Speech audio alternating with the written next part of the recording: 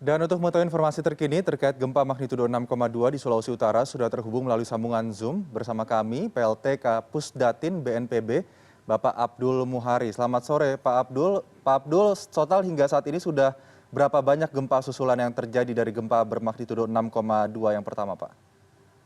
Baik, terima kasih Mas Aldi. Koordinasi kami dengan Badan Meteorologi, Klimatologi, dan Geofisika, data menunjukkan bahwa dari pagi sampai sore ini sudah terjadi 27 kali gempa susulan, tetapi memang tidak seluruhnya dirasakan oleh masyarakat karena magnitudonya cukup kecil, terhitung hanya yang signifikan dua gempa susulan persis setelah gempa utama. 7 menit dan 4 menit dan 7 menit setelah gempa utama magnitudo 5,8 dan 5,1. Setelah itu kekuatan gempa susulan melemah hingga sekarang, tetapi aktivitasnya masih ada. Jadi tetap kita harapkan masyarakat masih waspada untuk menghadapi kemungkinan potensi gempa susulan yang masih terjadi.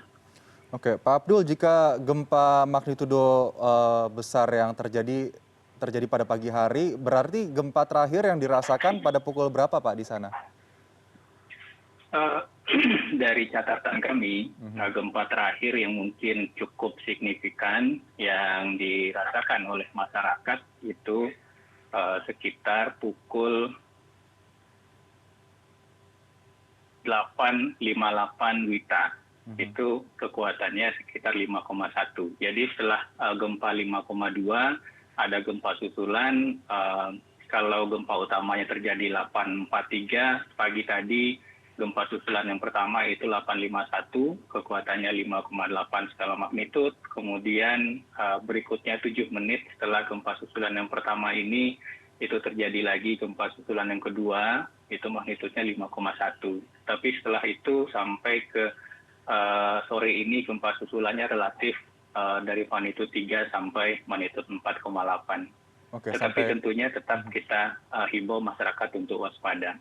Oke, jadi sampai sore ini masih ada gempa susulan yang dirasakan, namun magnitudonya lebih kecil. Rekomendasinya yang diberikan kepada warga saat ini bagaimana Pak? Apakah sudah dirasa boleh kembali ke rumah atau ada antisipasi evakuasi yang akan dilakukan oleh BNPB setempat Pak? Dari koordinasi kami dengan BPBD setempat, kami tetap berkoordinasi untuk menerima laporan-laporan situasi terkini. Dan sampai sekarang kami belum menerima laporan kerusakan dari BPBD Kabupaten Talaut.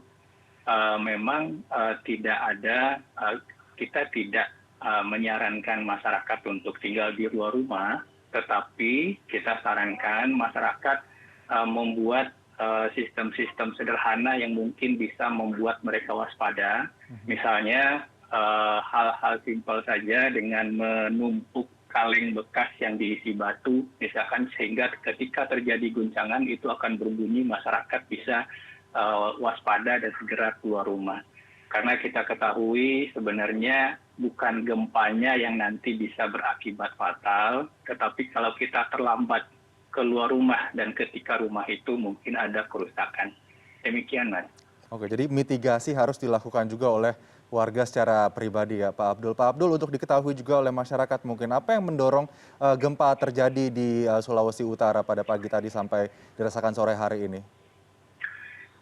Kita harus mengetahui dan harus menyampaikan kepada masyarakat bahwa zona dari Sangihe, Talaut, Halmahera sebelah barat itu adalah zona kompresi yang aktivitas gempanya cukup aktif. Kita mungkin masih ingat tahun lalu 9 September 2020 juga gempa terjadi di sebelah selatan Pulau Sangihe dan ini cukup merusak. Waktu itu laporan yang kami terima dari BPBD tercatat 55 rumah di Kecamatan Beo, Pulutan, dan Rainis, Kepulauan Talaut itu mengalami kerusakan. Artinya kalau kita berbicara bencana atau bahaya geologi, sekali dia terjadi di masa lalu, pasti dia akan terjadi lagi di masa depan. Sehingga mau tidak mau, kita yang harus menyiapkan diri meningkatkan kesiapsiagaan supaya ketika terjadi gempa kita bisa secepatnya keluar dari rumah atau kita bisa mulai memperkuat rumah kita masing-masing. Demikian, Mas. Oke, jadi memang seperti aktivitas lempeng yang historikal terjadi begitu ya Pak ya, tidak ada hal yang kemungkinan bisa membahayakan ataupun mendorong gempa yang lebih besar begitu ke depannya. Untuk sementara terima kasih Bapak Abdul Muhari, PLT Kapusdatin BNPB sudah bergabung bersama CNN Indonesia Newsroom pada hari ini. Selamat sore Bapak, sehat selalu. Selamat sore.